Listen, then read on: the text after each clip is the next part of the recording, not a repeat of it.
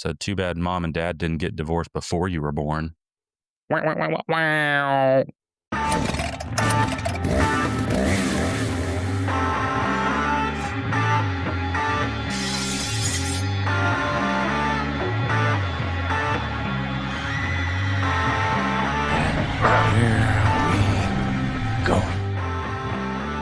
Welcome to Cash Exchange Presents. What up? How are you doing today? I've been better. Running on less sleep than I'd like to be running on. Behind the curtain, we ran into some snafus Just a bit. recently, and so we're putting out those fires and just making the best of it, We are unfortunately playing a little bit of catch up today, but it is all good. We're getting there. I'm a mustard man. I cannot stand ketchup. Mustard and mayonnaise. Me either. Or tomatoes. Mayonnaise is an incorrect choice. I like tomatoes and their variations. I don't like tomatoes as themselves. I don't like ketchup. I don't like tomatoes, but I love salsa. I do love salsa. I will occasionally drink tomato juice. Very occasionally. I don't know. Not a tomato person. You like clamato? I have never and will never try clamato juice. That sounds genuinely awful. I also You like Bloody Marys? no. I don't think that a spicy alcohol tomato juice drink is the best way to start your day. If I am wrong, then people are more than welcome to correct me, but It's a hair of the dog. Boot and rally. why is that supposed to be a good thing? Well, because when you're drinking, you're way up here. Mm-hmm. Then when you wake up hungover, you're way down here. So you just need to bring yourself up just a hair of the dog, if you will. Oh, is that why it's called that? Nah, I don't know. Okay. I mean, I believe you, but I think that Bloody Marys are gross. I also don't Yeah. like vodka, so I'm kind of 0 for 2 on Bloody Marys. I don't get the fascination with whoring them up, throwing bacon in there, putting an entire cheeseburger on top. It's also silly. The full meal. Drinking on its own is pretty silly, but if you have to bedazzle it and make it all pretty in order to enjoy it, then maybe find a different hobby. Find something else to do. There's places you can get a full meal that's called a Bloody Mary, and it's like $40. Like, no, thank you. Ew. Hard pass. So I get to finish off my meal with a gross, chunky tomato drink. I'm good. Those sliders have been hanging out behind the bar for who knows how long. They don't make a single slider to order for your Bloody Mary. No, they're those little frozen White Castle sliders. I did like those frozen White Castle sliders. Have you ever had actual White Castle? I have. It made me immediately very, very ill. Yeah, I do not get the fascination. They sell their food in units of the bag that it occupies. And there is nothing that I've ever heard that is more American than selling mozzarella sticks by the bag. Yeah, no, we went on a road trip to Illinois and we stopped in Missouri and got White Castle. And the last 45 minutes maybe of that trip were absolute hell. Mm. I had it was the worst. Was it coming or going? Or both? It was staying put very uneasily. Yeah, last time I had White Castle was in Phoenix or Tucson, one of those two. Then, yeah, that's not impressed. I will stick to my microwave White Castle burgers, or I can just cook a burger with little holes poked into it in onions. There you go. Same diff. It was something to write home about. I told Mom and Emily how much it sucked. So, yeah, you can ask Nate about my take on White Castle. I'm more likely to tell people how much something sucks than how good it was. That is a universal truth. On average, people are statistically likely to tell 10 people about a bad experience and only 3 people about a good experience. Yeah. Anyway. Anyhoozle. So our movie for today is Slumber Party Massacre, the OG from 82. Yes. How did you feel about this movie? What are your initial thoughts? Not great. No? It had its moments. The whole genesis of it made no sense. You don't have to write Schindler's List. You don't have to write Dark Knight to give me just a very basic reason for why these events are unfolding the way they are. Yeah. The antagonist in this movie just pops up and decides he picks his target just out of nowhere. And then it goes on from there. Acting wise, okay. Boobs wise, 2 thumbs up.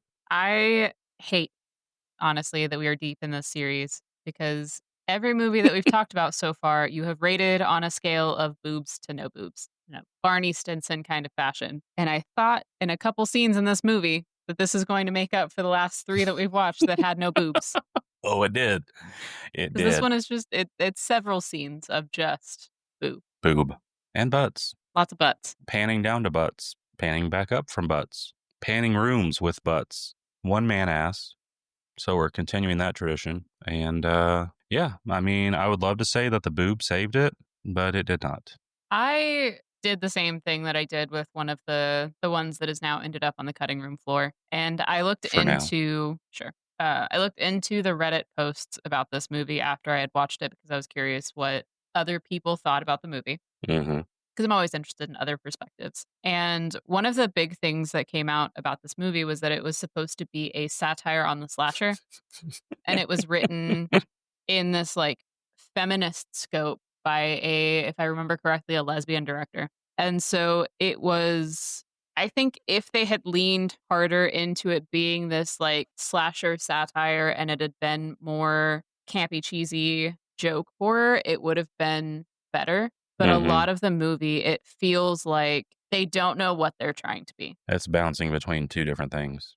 It is a 50-50 of trying to be this like parody on the concept and it trying to be like, no, guys, I'm a real slasher. And it kind of, because of that, fails to deliver on either. Yeah. It was written as and at the time, I'm sure this was fresh and new and you go girl. Now it's definitely not. It falls into, it has its own set of tropes that a lot of movies after it fell into, which is all the boys are dumb, complete idiots. All of them are perverts. All of them just want to touch that titty, and then the girl saves the day. I do not appreciate that statement. Have you? Okay, this is a side note, but after this episode is over, I need everyone to go check out Just One, Jim Carrey on SNL. It is a parody of Soul Train, and Jim Carrey sings a song called Just One, and I need everyone to check it out because it is one of my favorite things ever. But yeah, it's all the same thing. It's the tropes, but for the women. Yeah. So one of the reasons that a lot of the stuff didn't come through was because of the producer, something Corman. He had a studio, the one that greenlit this movie, that was known for its like exploitation movies, and so this got that treatment onto it. He has had a rule for all of his movies. It was like his code. There never needs to be more than a 10-minute span where there is not sex or violence in one of his movies. And apparently, there were a lot of days where actors would come into work. This thing only took 3 weeks to film. They would come into work and there would be script rewrites that added more nudity or for a scene to be gorier or anything like that.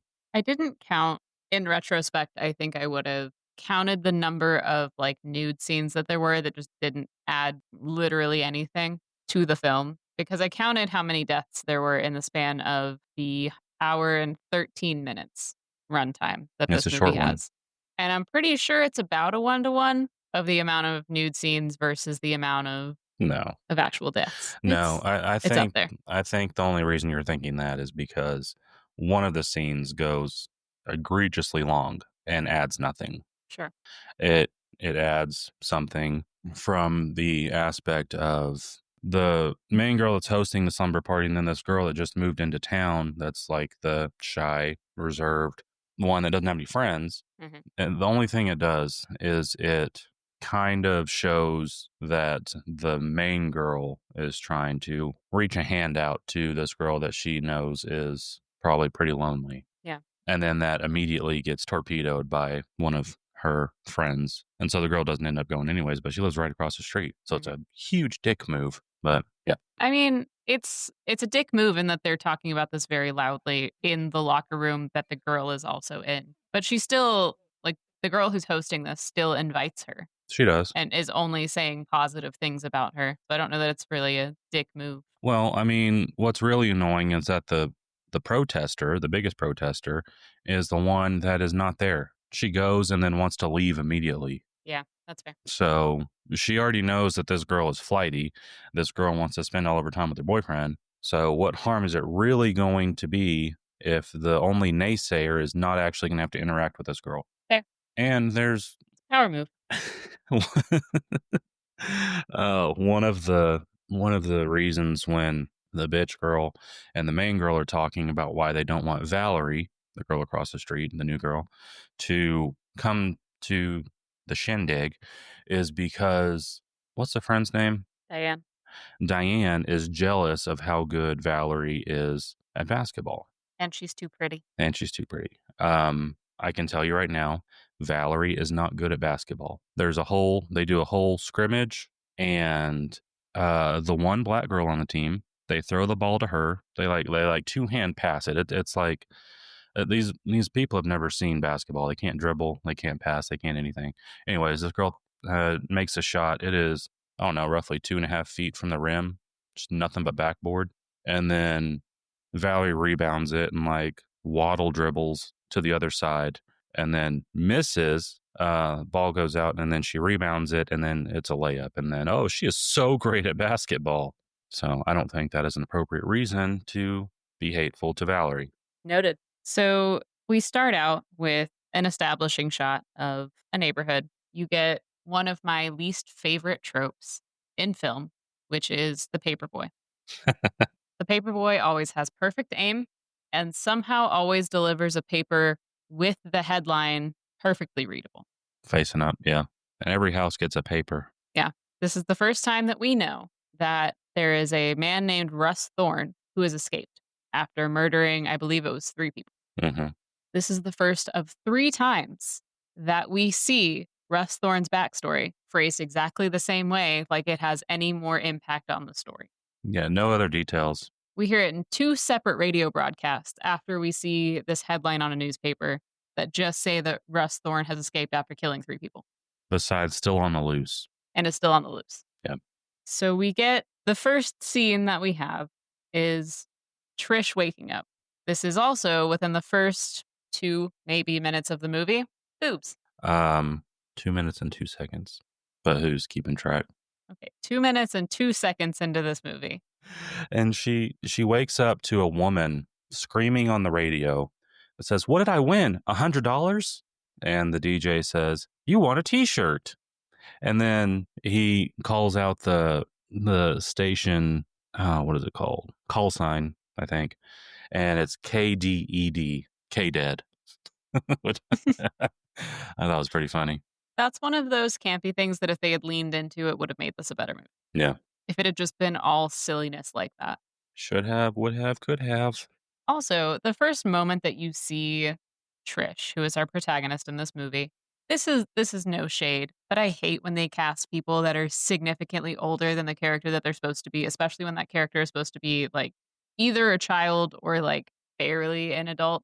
Mm-hmm. This woman is 26 years old during the filming of this movie, and she is 18, but she looks at least my age. Like, she looks every bit of 26. She definitely looks in her 20s.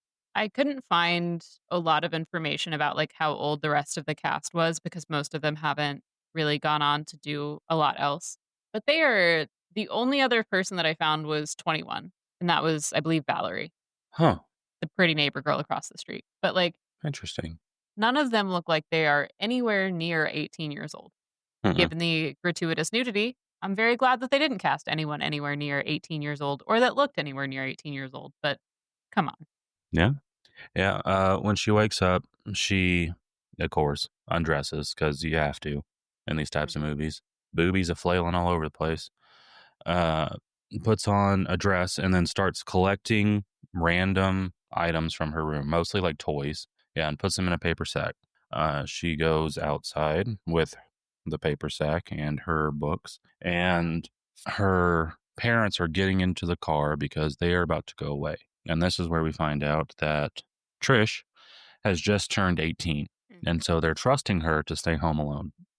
But she's not going to be fully home alone because the neighbor, Mr. It was weird. Content. is going to be watching over her. And you're like, okay, I don't think they thoroughly vetted this man. has this guy been Russ Thorne the whole time? No, no. There's a, and I think it's a red herring. It's you're supposed to think that this neighbor's up to something, and Were you? yes, especially later on. It's weird because he looked like a mashup of uh Robert Redford and Guy Pearce. Okay. He was a handsome dude. So parents leave. Trish goes on her merry way to school with her books. She drops that bag of toys into the trash, which you could have donated those, Trish. She put them in the bag with so much like haste as she was getting ready for school. Is this because she's trying to like prove to her friends at the sleepover that she's an adult now? Is this like her transition into adulthood is Oh, throwing away all the toys? Because that feels a bit on the nose. I didn't think about that, but that does make sense now that you say it. That seems like something a screenwriter would think that someone would do. I feel like it's also a little gratuitous that she's freshly minted 18. Like that's done a great deal through the movie. Mm-hmm. Mm-hmm. And then as she's walking away, we see someone pick up the Barbie out of the bag. Yeah. And then she's off to Escuela. And we immediately go into the basketball scene. No, we don't. Never mind. No, Sorry. we're in the parking lot. There is a pretty blonde lady who is in the subtitles. Her character's name is just female. Love to see it. She has about 45 seconds, maybe, of screen time where the two boys, whose names are Neil and Jeff, they see her I'm on this Jeff. ladder. We get my name, yeah, like immediately into this scene. She gets down off this ladder as she has presumably fixed the phones in the school, and he starts hitting on her immediately. She is shockingly not taken aback by this 18-year-old boy's advances, not interested. She's And not. so Neil pulls Jeff away because he's clearly not succeeded in his efforts. They're walking into the school, and the phone maintenance lady is pulled into her own van and killed with a giant drill. Yeah. She gets drilled real hard. I phrased it the way that I did on purpose. Stop it. I mean, isn't it nice, though, to see a woman in a job that's usually taken over by men? Her character name is female. No. Would you have felt better if she was stunning and brave female for taking on such a arduous job that is usually reserved for men? Vice principal, strong woman. No, I would not have. Oh, okay. Well, now we get to the basketball scene, and now we see the future of the WNBA. Valerie, man. She's getting it. She is. We have a very long shower scene where they're in the locker room and it's just all boobs And butts. and butts. One girl asks another girl to borrow her bar soap, which I thought was weird. I don't think that's a thing you share. I wouldn't either. But just hopping back just real quick. Whenever Jackie, the black girl, misses the shot, the coach says, "That's not a smart move, Jackie. Larry Bird, you ain't." And I just wanted to make sure people knew that line existed in this world. But the first line you hear as they're walking into the showers is, I think your tits are getting bigger. And then all of them, it was in unison. It was like that scene from Finding Nemo because they just say, "Mine," all together as a chorus. I think your tits are getting bigger. Mine. And I chuckled. It made me laugh. Yeah. Another point in their favor. Silliness. And then of course we get Diane post shower just being a bitch for no reason. That's another common trope in it's usually the females that are just hateful with no justification. I think that's just teenagers. Yeah, maybe. It's been a while since I've been one. But we get a conversation in the locker room where Valerie is one row of lockers away, still very much able to hear them and their conversation. Trish is still going to invite Valerie to her sleepover, despite Diane's protest. And she goes to invite her after Valerie decides that she's had enough of this. She goes to storm out of the locker room. Trish invites her and she just like gets very emotional, says, "No, I can't," and then just leaves. Which is, I mean, is a reasonable reaction if you've overheard people talking about you, I guess. But Trish turns around from the door and goes, "She heard. Yes, you were speaking at full volume 2 feet from her." I don't know if you've ever been in a locker room, but all that thin metal and concrete walls is prime for just Echo City. Yeah. It's not hard to hear something from across the room or the other side of a set of lockers. Yeah. So we cut to all of these people, all of these girls walking out of the school. Linda says, "Oh no, I forgot something," and has to go back inside. Doesn't she know what kind of movie she's in? You can't go back by yourself. This is true. We always use the buddy system. Linda has not found her exit buddy. So she returns to the school, passes by Coach Jana, who tells her that they are about to lock the school and that she needs to hurry. And apparently she meant that in like the next 2 seconds, they're going Yes. to lock this school down. Yeah. She goes into the locker room where her textbooks are stored. And I didn't go to a school with like full scale locker rooms and showers and all of that, but wouldn't you not want to keep your textbooks in the place that's about to get all or that stays steamy for most Steamy? of the day? You think so? And then when she gets her book, she just leaves it wide open. She does, yeah. So I thought there was going to be a note left or something like to do with that locker being open at some point. There was no return on that investment. we never go back to the locker room. We go back to the locker room When? No, I don't. right after this. Yeah. So she has collected her textbook. She is trying to get out, realizes that, surprise, all the doors are already locked. Oh, I just consider that the whole thing. But yes, she does actively leave the locker room and then come back. Yeah. So she is trying all of the doors, nothing. She tries the door on the far end of the school, and who pops up? Who we are to assume is Russ Thorne. I call him the dentist because he's got a drill. That's how I put him for the rest of the notes. Can we call him the Tooth Fairy? I would much prefer him to be the actual Tooth Fairy. We can call him the Tooth Fairy. I mean, wouldn't he be the cable guy since he took the phone operator lady's drill? Yeah. Man, take another woman's job. I bet he makes more too. So Linda is confronted with this man with a drill who immediately drills right through her arm. With an auger bit. Where are my construction boys at?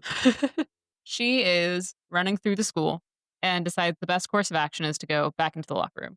Yeah, because the doors have been chained from the inside, which is a huge fire hazard. How do you suppose the last person gets out in a situation like this? Is there a person that just is there an overnight security guard at this school? I just has to stay in the school. I don't know. I would assume that there are doors outside of the gym and locker rooms that are still able to be left out of.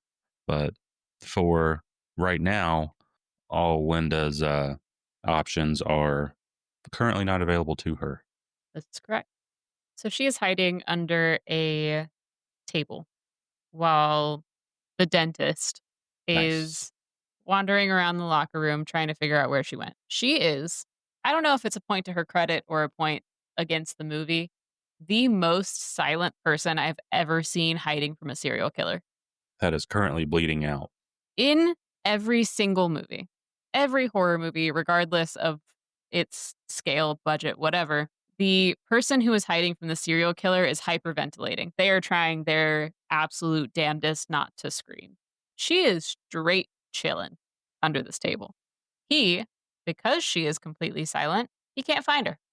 She is actively bleeding out and finds a towel to stem the flow of blood out of her arm. And as the dentist decides that this locker room is not where she is and goes to leave, she is unable to catch the blood that is seeped underneath the door that she's hiding behind. Lucky for him. The dentist looks down. It's right between his legs.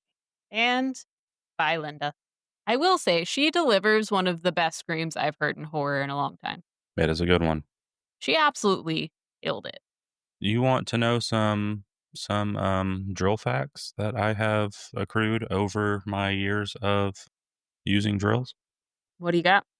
One, an auger bit, which is the kind he uses, is made for making bigger holes. They're different than regular drill bits. That's not the type of drilling that you'd want to do if you were trying to attack somebody. You need a full bit. 2, the more you use a drill bit, especially on harder surfaces like, I don't know, femur, a skull, a door, a lock, any of those, your blade's going to get duller, or your bit's going to get duller. As it gets duller, it gets harder and harder to go through materials. It can get to a point where the drill bit bites down on the material, and instead of the drill bit spinning, the drill starts spinning, and you can very easily snap your wrist. Huh. And I wish that had been part of this movie, that he goes to drill into somebody, it catches, and then instead of the drill bit going in, it just snaps his wrist. Very easy to dislocate an arm, especially with as high powered a drill as he has. It's battery operated. In the 1980s, the first battery operated drill was from Black & Decker in the 60s. And back then, you could not use them for extended periods of time without having to recharge them. So after every attack, he would just be sitting by an outlet waiting for the 3 lights on his drill battery to light up, and then he's good to go to kill again. Or he's just got a ridiculous supply of charged batteries on him at all times. And back then, they were pretty bulky.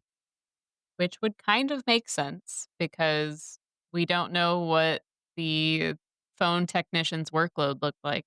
So it would make sense if the back of that van just had like a wall of battery. Do we know that was hers? What? Do we know the drill was hers? Or did he just bring it with him? I assumed it was hers. Oh. I mean, that's a fair assumption to make.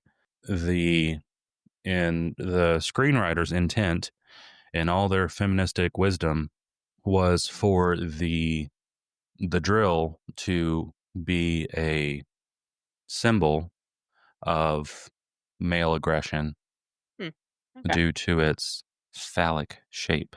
This was multiple accounts of the intention of the screenwriter that the drill was supposed to represent his wiener.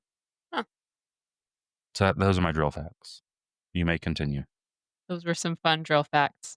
After Linda dies, we get our 3rd mention of this guy's backstory. We are not even 20 minutes into this movie. And no new information. No new information. We have I wrote random musical break in my notes, and I quite honestly do not remember what that was in reference to. It's something to do with Mr. Content. I think, if I am not mistaken, that this is where Trish comes home and there's just a dude in her house, and I did at this point forget who Mr. Content was, that he was the neighbor. Mm-hmm. And I was like, who is this is going to be a quick guy movie. in our house? Yeah. Who's that guy? It's Mr. Content. He says the door was open, and so he just wanted to like look around for a little bit. Make sure everything was okay. And that's it. They go into the kitchen. She makes some coffee. They're just chatting for a little bit. What you didn't mention was that this weird musical break was her playing on the piano. That's what it was. Okay. Yeah. It was very, very out of tune. It was, yes.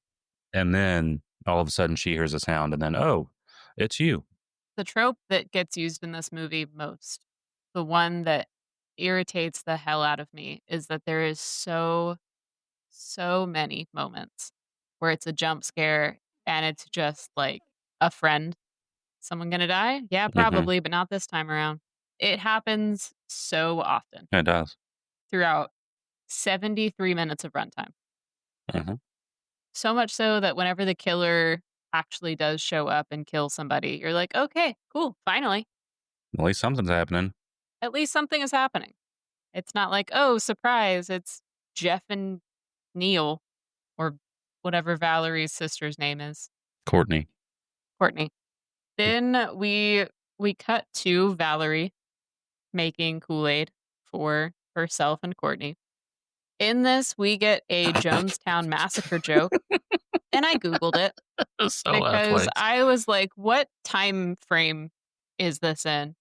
There's a 4-year difference in when the Jonestown Massacre happened and when this movie was released. So it I was don't pretty know. fresh.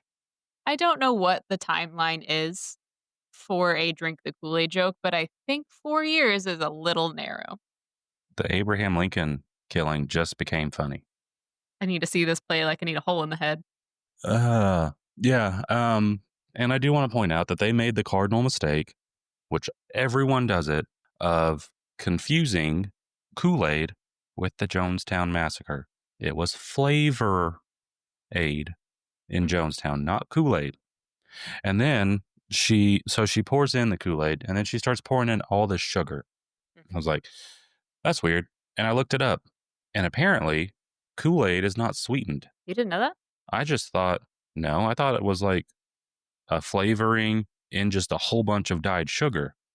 I didn't know there was no sugar in it. Consider how much powder is actually in a Kool-Aid packet. It's basically like 2 Crystal Lights. If you put that in a gallon of water, you're not going to get any flavor. Yeah, I don't know. I can't say the last time I made Kool-Aid. I mean, So. Me neither, but no, it requires a lot of sugar that does not dissolve properly. Well, now we know. So we are back at the sleepover. The friends have arrived. The friends have arrived. They walked in the door, said, "We're here for the orgy," which made me think of The Hangover and wonder if that's where The Hangover got this line. I don't remember that. Oh, it's when they're in the elevator about to go down to the casino, and Todd Phillips, the director of The Hangover and Joker and the awful, awful Joker 2, says, "Y'all here for the orgy?" Huh. Yeah, maybe. They hear glass break. They go to the kitchen and find that a coffee pot that was put on the stove is shattered. Trish says, "Oh, I must have left the burner on." Immediately goes to pick up the pot, grabs it from the bottom, touches the stovetop, and then puts it in the sink and says, "Oh, I'll just have to tell Mom I'll buy a new one." And that's the level of logic that we're dealing with here. That is pretty indicative of the rest of this movie.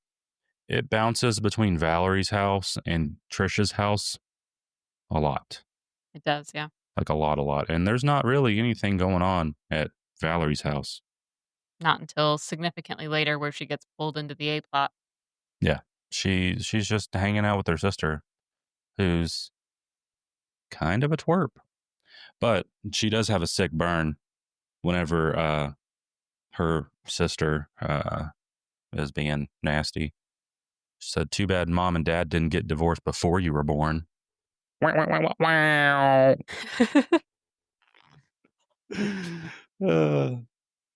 All right, so we have in the slumber party, all of the girls are undressing in the living room. As you do. Naturally. I've never been to a girls' slumber party. Do you do this? Is this a thing? That's not a thing that happens to my knowledge, but who's to say? I went to a school full of nerds. Maybe we were just a little too buttoned up. Or maybe it was just a different time. The bra hadn't been invented yet. Maybe. No, there's bras. There are bras.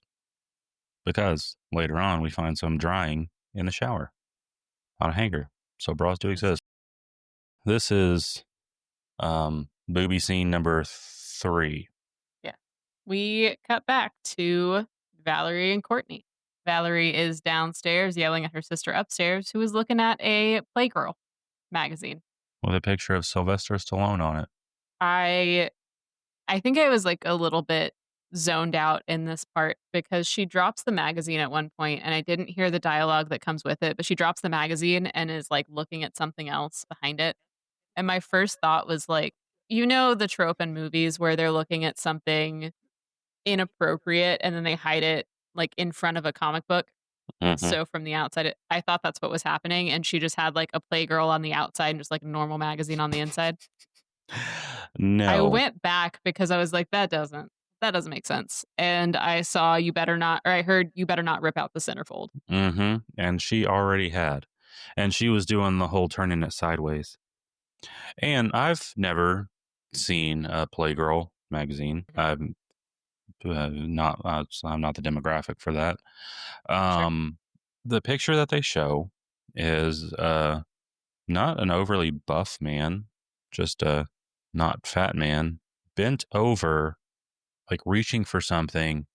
He kind of looks like the Copper Tone Baby, and his ass is out. And I was curious, does that do something for ladies? I don't. Is that something that a female that you know, would seek out for their enjoyment? Just man ass. I don't know. I wouldn't think so. But I also remember whenever the first Avengers came out and everyone was talking about Chris Evans' butt. That was Mm-hmm. America's ass. And Mm-hmm. so I think that for some people that's what does it for him. Mm. I could see that being a reasonable thing that would not necessarily centerfold material, but I could see it. Okay. Yeah, I wasn't sure. Maybe I'll ask some more females I know. Just get a real handle of this subsection of society. You think Sure. mom Yeah. likes man ass? You think she If you seeks find out out the man answer ass? to that, Man please ass? do not share with the class. I do not need to know. Oh. We cut back to a scene with the slumber party, and in the background of this scene, you see a artfully arranged bowl of Twinkies, Yes. a snack food that is, to my knowledge, because I've never eaten a Twinkie, individually wrapped. So they unwrapped They a are, dozen yes. Twinkies and arranged them in a circle. Trish did because she's a great host. She's laying out a spread for her yes. This is true. Because she wants to relive the good old days. Is why it was the whole reason for this slumber party idea in the first place. And the reason that there is no boys allowed. Yes, that was stated from the beginning, and Diane was not about it. Diane's boyfriend's trying real hard to be a part of it. He was. We're getting a little chilly at the slumber party. And so Diane is sent out for firewood. Mm-hmm. This is another one of those moments where you get the, oh my God, is the murderer here? Nope. Just Mr. Content with, for some reason, a meat cleaver that he is using to take out snails. It's the best thing to get him with. He says it. He says it clear as day. He's on the 53rd snail That night. that night. To protect his garden and for some reason the firewood in the neighbor's yard. I have so many questions about this scene specifically. A, how did you know that a meat cleaver was the thing that you need to use on snails? You didn't have any other weapons between pesticide and meat cleaver? Trial and error. If you're already up to 53 in one night, you have experience with snail killing. You have tried the other options and you've honed in your skill and what you work best with, and that happens to be a meat cleaver. Sure. You are not going to warn the neighbor girl who is getting firewood that you are behind her with a meat cleaver. I mean, he's just hanging out. You're just gonna swing wildly directly in front of her with this meat cleaver to kill this snail. Is he just supposed to announce at every second, hey, I'm here with a meat cleaver? That's ridiculous. Every second? No. When you're in the neighbor's yard, hacking at their wood pile with a meat cleaver? Yes. So as Just soon as you once. cross the fence line, you're like, hey, I'm Mr. Content. I got a meat cleaver. It's for snails, though, I swear. You're supposed to do that every time? Yes. That's ridiculous. I don't feel like that's a giant ask. You are so silly. I've never owned a property. I've never had a yard with next door neighbors, so I don't know that for a fact, but I feel like I would personally think to announce myself if I were wielding weaponry in my neighbor's front yard. If Bob came over, he had just finished, I don't know, butchering a cow in his garage. And he comes over, he just wants to see what's up. Does he have to announce that he has a meat cleaver on him? You should at least announce your presence if you're walking up behind me and there's no street lights. But what if he wants to be playful and like, hey, guess who? It's Bob with a meat cleaver. I would expect an announcement, yes. I don't feel like I am asking a lot of this neighbor. Okay. We lose Mr. Content. We do. He is drilled through the face. Or no. The heart. It goes through his chest, yeah. Yeah. He is drilled through the heart. No more Mr. Content, and his 54th snail kill of the day has been avenged. But Diana makes it back in the house, and she's just fine. She comes back in with the firewood, lays it down on one of the sleeping bags, just joins the conversation instead of doing anything with said firewood and being a real dick to whoever owned that sleeping bag. And they just discuss what pizza they should order. And horoscopes, yeah. And this movie did earn some points with me because one of them, I don't know who, suggested mushrooms and olives, which is what I get on my pizza. How did they know? Bananas. Are you sure that you're not in a horror movie right now? Na, na, na, na, na, na, na. No, I think I'm safe. Fingers crossed. Knock on wood. God, I hate that song. So dumb. I don't know what song you're talking about. The Taylor Swift song, Knock on or Wood.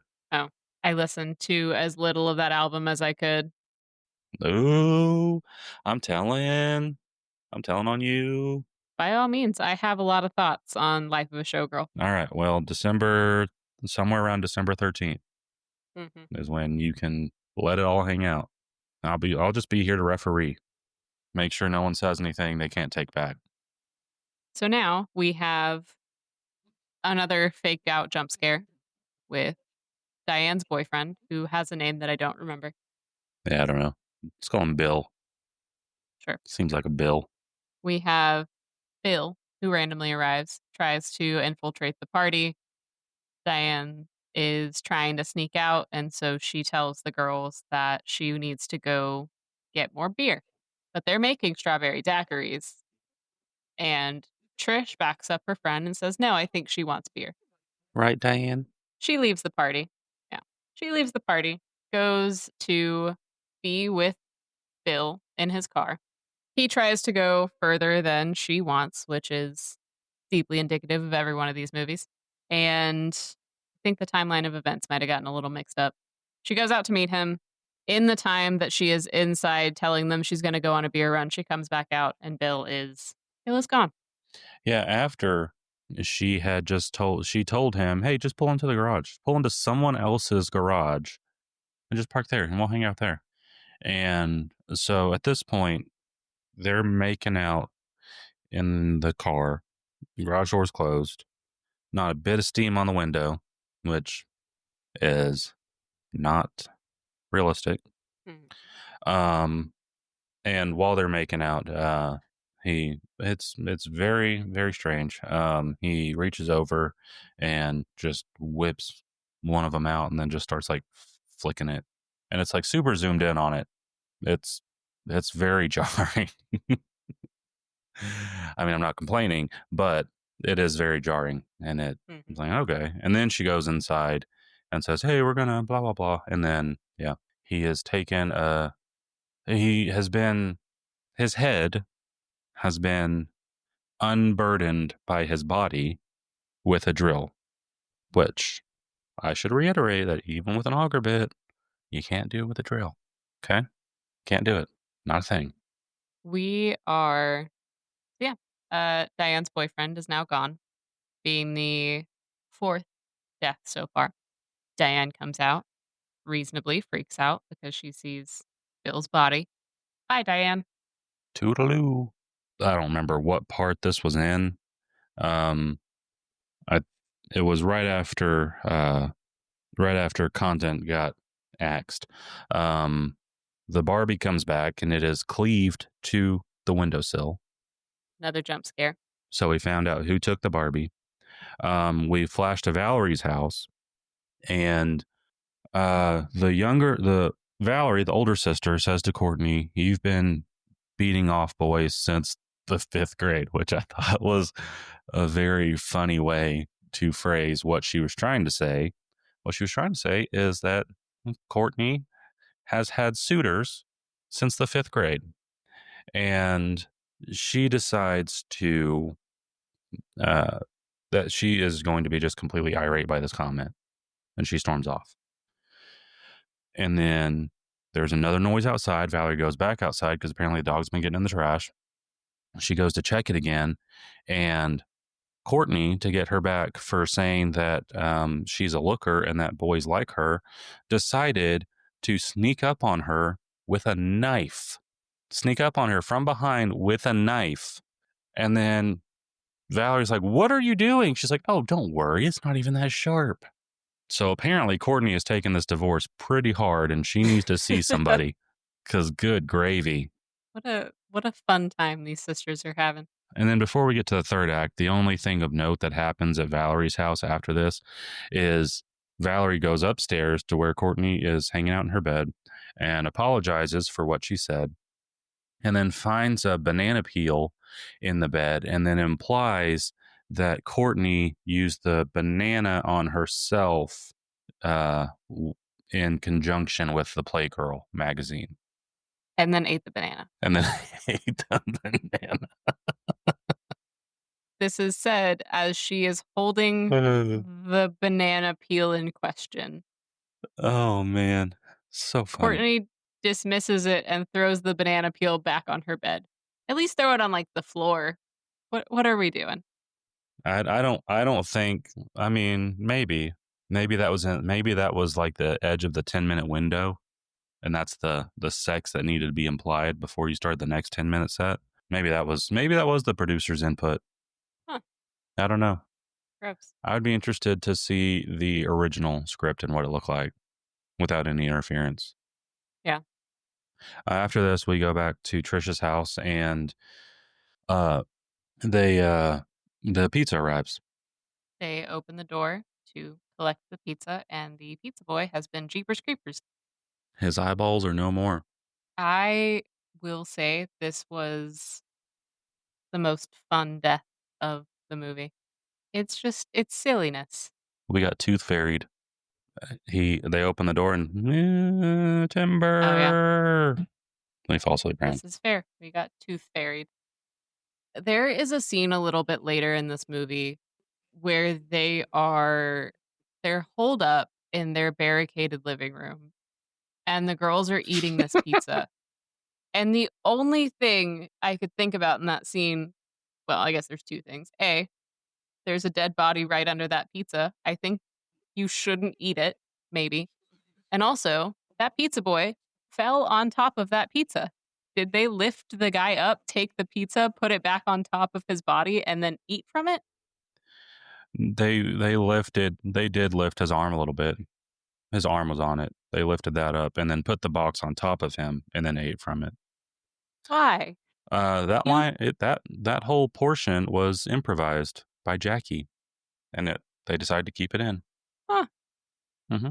And apparently, it was an actual pizza that had sat there for quite some time, and by the time she was eating it, it was rock hard and cold and smelled funky, but she still ate it. I would be surprised if it didn't give her food poisoning. Well, you gotta do what you gotta do. So the pizza boy has gone. This is now death number 6. And we get the return of our boys, Jeff and Neil, who are now part of the slumber party because they were caught peeping outside. They were caught in the garage. That was another fake out.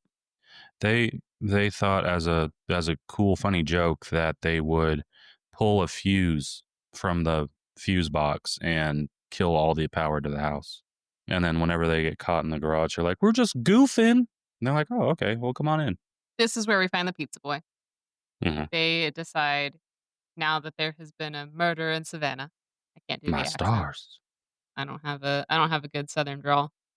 You just gotta start out with the I'll say. That's how you get the Southern drawl. It's like whenever you need to do a Boston accent, park the car in Harvard Yard. Yeah. That's how you get there. Noted. The challenge is just staying there. Now the boys are here. The pizza boy is dead. And we are very close to flipping out. The boys decide there's a murderer on the loose. What should we do? Let's split up, guys. After they look like they're about to kiss, they're like, oh, what are we going to do? What are we going to do? And then one of them is like, I think we should probably split up. And then the other one looks heartbroken that the first one wants to be without him for any amount of time. Tragic. That's pretty adorable. If they weren't peeping on a slumber party. No, they were peeping at their love for one another. You know how the 80s were. You couldn't be outright with it. Sure. I watched Sleepaway Camp. It was one of the most homoerotic movies I've ever seen. It was. Boy, it was something. All right. So we lose our first of the let's split up guys. in the garage. I don't know which one is Jeff and which one is Neil because at this point we have not seen them in separate scenes. They are wielding kitchen Wonder knives as their why. weapons. Yeah? Yeah, one decides to go out the front door, one decides to go out the back door that leads to the garage. We lose one of them in the garage. The other one is headed to Mr. Compton's house. No, the one going to the garage is going to Compton's house One because is going to Compton's house. One's going to Valerie's Valerie's. house. Yes. Yeah. We lose the one that's going to Compton's house in the garage. Yes. His death is largely unimportant Yeah, to it's everyone but the other guy that says, let's split up. yeah. I bet he's regretting that. It's fine. He doesn't live long enough to care because we see him banging on the door outside of Valerie's house. She is characteristically of a horror movie watching a horror movie that Way is too so loud. loud that she does not hear. To be fair, she's probably trying to drown out the noise of whatever Courtney is up to upstairs. It was a Was my banana. phone ringing? What was that? So he's banging on the door at Valerie's house. Valerie is just completely unfazed. The movie is way too loud. Eventually, you hear him yell, "Valerie, help," outside of her door. And then she thinks about going and checking in on it. She thinks about it, doesn't yet. Not until the killer, Russ Thorne, and the guy who I'm pretty sure is Neil are duking it out in the front yard, Russ with his drill and Neil with his kitchen knife. Valerie comes to see what the commotion is outside. Does And the wouldn't you know very it, cliche. they're just out of view. They're just out of view. She sees the shadows of them fighting. She does. Doesn't think to investigate any further. Those dang human-shaped trees blowing in the wind. Not for nothing. Does a drill not make noise? Oh, it does. It does. And this is a very loud drill. Chainsawish? Chainsawish? No. But you would be able to tell what's happening. But he doesn't. This is the only time he doesn't kill someone with the drill. He takes the knife and just over and over again, and then drags him back to the house to do what I think is one of the funnier moments in the movie, to put them in the trunk of Diane's boyfriend's car, and then does a little head count and realizes that he's missing one. I thought they were in the van. No, they were in the trunk of the car. How do you fit 5 people in the trunk of a car? You most definitely couldn't have, but suspension of disbelief, movie magic. Okay. He counts all of the people that are in the trunk of this car, and we are one man short. That man is Jeff, I think. And Jeff. Jeff has made it out. And he is crawling around the pool back to the back door, trying to get back in the house. And who's on the other side of that door? It's is Barry, Trish, and the one we haven't really talked about. Jackie. Is it Jackie or is it the other one? It's either Jackie or it's Kim. I think it's Jackie. Okay, well, and they're like, no, we can't let him in. No. Well, that's probably not even him. Like, they don't even want to check on it. They're not going to risk it, which, okay, fine. But then he gets removed from the equation. And then, much like in the beginning of the movie, a pool of blood just seeps through the door. And if I'm being honest, the only thing I was thinking about was that they needed to get that air gap fixed because that is terrible for your heating and AC. That's why they were so cold and sent Diane out for firewood. It's ridiculous. This is a very nice house in a very nice neighborhood, and there's absolutely no reason the door should have that big of a gap under it to where a pool of blood can just trickle in. Yeah. Ridiculous. This is where we meet Jackie's end. Yes. She gets slashed with a drill in the throat. And I don't want to keep harping on this, but if you were to take a drill to someone's throat, the skin is just going to gum everything up, and then it's going to get locked up, and then you're going to snap your wrist. It was the same conversation we had with Winnie the Pooh, Blood and Honey, and the wood chipper. It's just so frustrating. We're learning more and more about how to kill people in this podcast. Tells was written by a woman. Know nothing about tools. How thin's that ice at this point? Jesus Christ.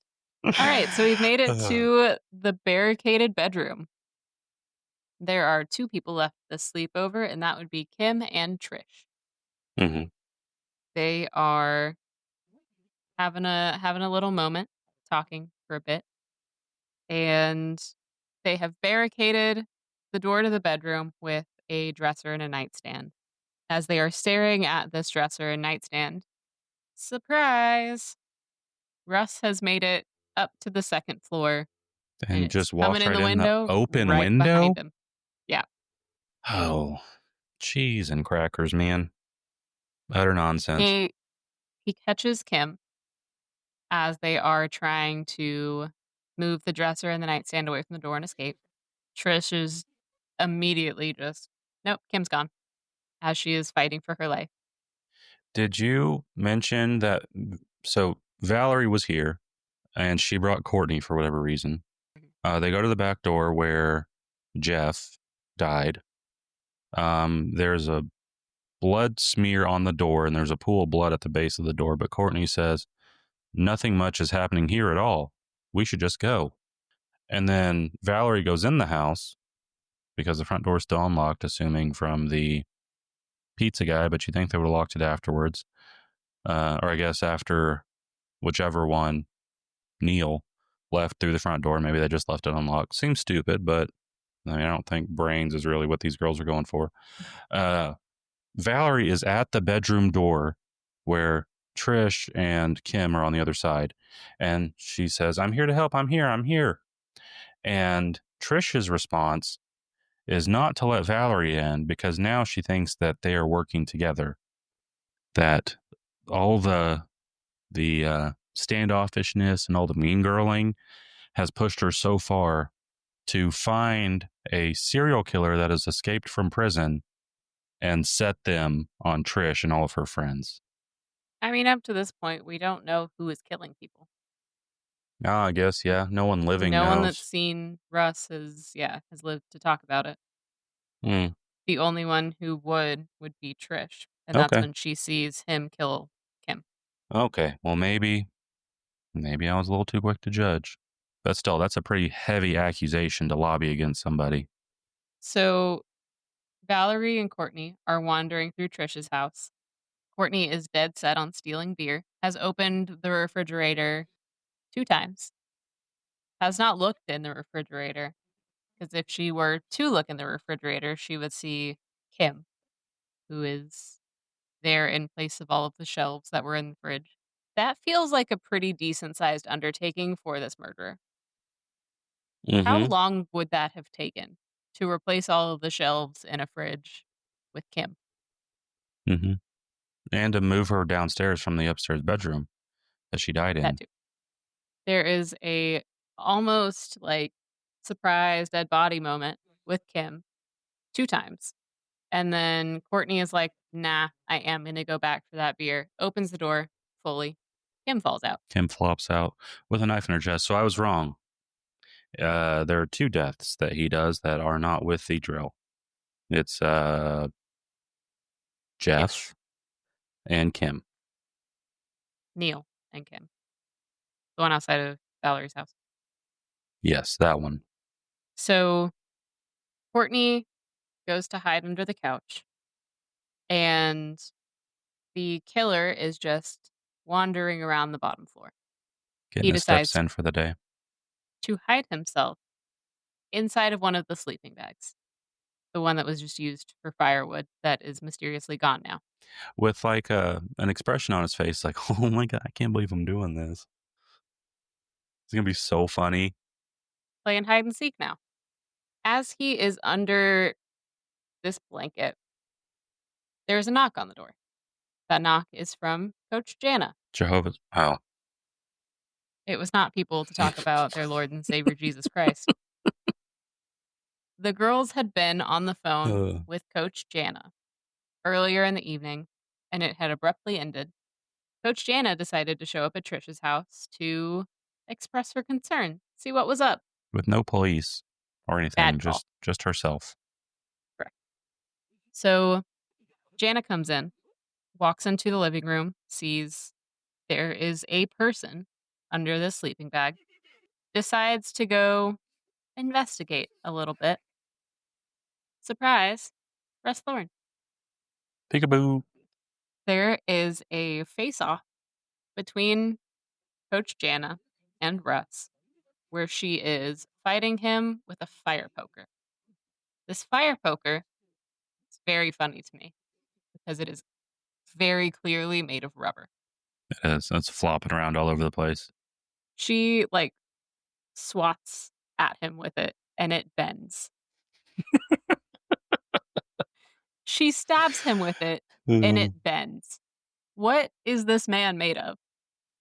Out of all of the egregious things in this movie, that is one of the lesser ones. I'll give it a pass. Sure. I will accept that. Because especially these movies in the 80s, safety was not of the utmost importance. Fair. So the fact that they would use something rubber to whack at someone else is a step in the right direction.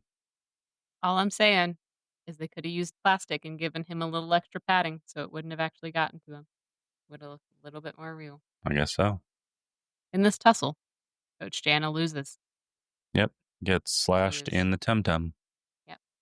As she is dying, we get the only bit of dialogue, I believe, from Russ in the entire movie, which maybe hints at a backstory.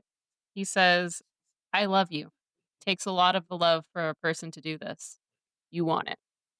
I know you want it. I do not like that dialogue. It gives maybe a bit of like a Norman Bates kind of situation. Whenever he actually gets what's coming to him, the actor improvised a line, yelling, "Mommy!" and the director took it out because she didn't want any sympathy being given to the killer. So I feel like that was probably the angle he was trying to take. Yeah. And they probably should have cut this part out too. But if they hadn't cut this part out, then he would have no lines whatsoever. So, which I think would have been fine. I don't know. I think it probably would have been fine too. Also, as far as sympathy goes, Jana is his 11th kill.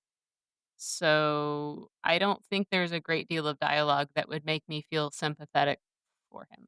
No, probably not. Especially not in the 11th hour. No. We make it outside. That we do. He is confronted by Valerie with a machete that was on the wall of the garage. After she had tried to take a circular saw up the stairs and chase down Russ, not realizing that it was a corded circular saw, and gets caught up in the cord and gets thrown halfway down the stairs, garage stairs. Yeah, she's in a basement, so she's not even in the garage. She's in a basement now and gets thrown halfway down the stairs because the dummy didn't realize that the cord was plugged into the wall. A problem that somehow has not affected Russ through this entire movie and his 11 killings. Yep. Give or take, because a couple of them were not drill powered. I want to see where he's storing his batteries. She faces off with Russ on the edge of the pool. The machete slices off this drill that has cut through 11 people so far. That was symbolism for taking away his manhood. Sure. No, that's from the screenwriter. Was the intended purpose for that? Like, so heavy-handed. You are the drill guy. What are the odds that you would be able to take a machete to a drill bit and just knock it in half? He's been using it pretty extensively, so Yep. it's gonna be weakened. So there is a chance that with with the right hit to the right spot, already weakened spot of the drill bit, that you could break it off. I don't have a problem with that Okay. part. Okay. Valerie also hacks at his hand and takes one of his hands with her. Yeah. Surprisingly easy to remove someone's hand with a machete.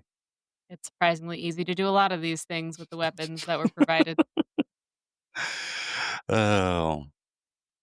But then he falls into the pool, and then thank God Valerie saved the day because now the killer's dead. Or is he? Unsurprisingly, this does not actually kill the bad guy. And he gets himself out of the water One with handed. shocking ease with one hand and comes back after Valerie. This is where we see Courtney and Trish intervene. Trish with a kitchen knife, if I remember correctly. Yes. And then Courtney just They jumps on his back. yeah. They are grappling for a little bit and Valerie gets the machete on her stomach, pointed up, just as Russ decides to pounce on her straight through him. At this point, we can assume, I think safely, that Russ is gone. Fingers crossed. Fingers crossed. There are 4 sequels, 3 sequels. Roll credits. All right, you ready for my fun factorinos? What do you got? The actress who played Diane refused to do a nude scene, but if you remember, in the car we got some nip action. Mm-hmm. That was Trisha's nipple. Oh, She was a stand-in who had no issues with nudity because prior to getting this movie, she was a nude model. interesting. Kim's character, played by Deborah Deliso, became a school teacher and would regularly have her students come up to her and say that they saw her nude scene in this movie. She didn't mind it. She said what she did mind was the male teachers coming up to her and saying that they saw the nude scene in this movie. That's a weird place to draw the line. That is a weird place to draw the I'm line. cool with the kids, but not with the guys Yeah, that huh? are my age. Oh, well, yeah. Yeah, I had to reread it to make sure I was reading it correctly when I found out this fact. We already talked about the 10-minute rule. Every 10 minutes, there either needs to be sex or violence. That was per the Mhm. producer's orders. It was written as a satire, but played straight. That's why it feels so disjointed. Yeah. The drill represented a penis. Mhm. This was filmed in 3 weeks. The director, Amy Holden Jones, left editing E.T. to direct this movie. It was her directorial debut. She went on to write Beethoven, the movie about the dog, with John Hughes. She co-wrote Indecent Proposal and created and wrote The Resident, a medical drama that aired on Fox for 107 episodes. Interesting. Where do you think this movie landed on the tomato meter? Critics and audience. I did see this one. Oh, man. So I know that it had a 41 or somewhere thereabouts. 48 for critics, Okay. 45 audience. Do you agree with that? Yes. Would you give it a fresh or a rotten score? I would give it a rotten tomato. I would too. I can appreciate what they were going for, and if they had leaned fully into one side or the other, I think that it would have been a significantly better movie. Because they are trying to toe the line and kind of play both sides poorly, then I can't give it a good rating. That is fair. Do you think they used their $220,000 budget appropriately? Yeah, I mean, I don't know really how much of a budget this would require. I don't feel like it would be very much considering it's only filmed in 2 locations. Everyone in the 3. movie, outside of the main girls, were all either friends, family, or neighbors of the crew of the movie. Hmm, okay. Um, Towards the end of the filming, the producer liked what he had seen so far, that he gave them more money so that they could rewrite the ending to do a bigger ending. Mhm. And I don't know if that was part of the 220,000 or if it was the 220,000 plus what they added to the end, but I think it's pretty fair. The Whenever Gina Schmidtka Hunter, who played Diane, refused to do her nude scene, uh, the director offered bonus payment to anyone who was willing to do it for her. And so that's when Hmm, Michelle Michaels, who played Trish, stepped in. interesting. Hmm. All right. Well, is there anything that you feel you can take from this movie and apply it to your life to live a better, happier, more productive life? Lock your doors, Mm. lock your windows. Mm. Don't don't leave it all just willy-nilly. You So, like never a know hide your wife, when you hide your might be in a kids horror movie. type of situation? Yes. Because He's they drilling everybody out here. drilling everybody out here.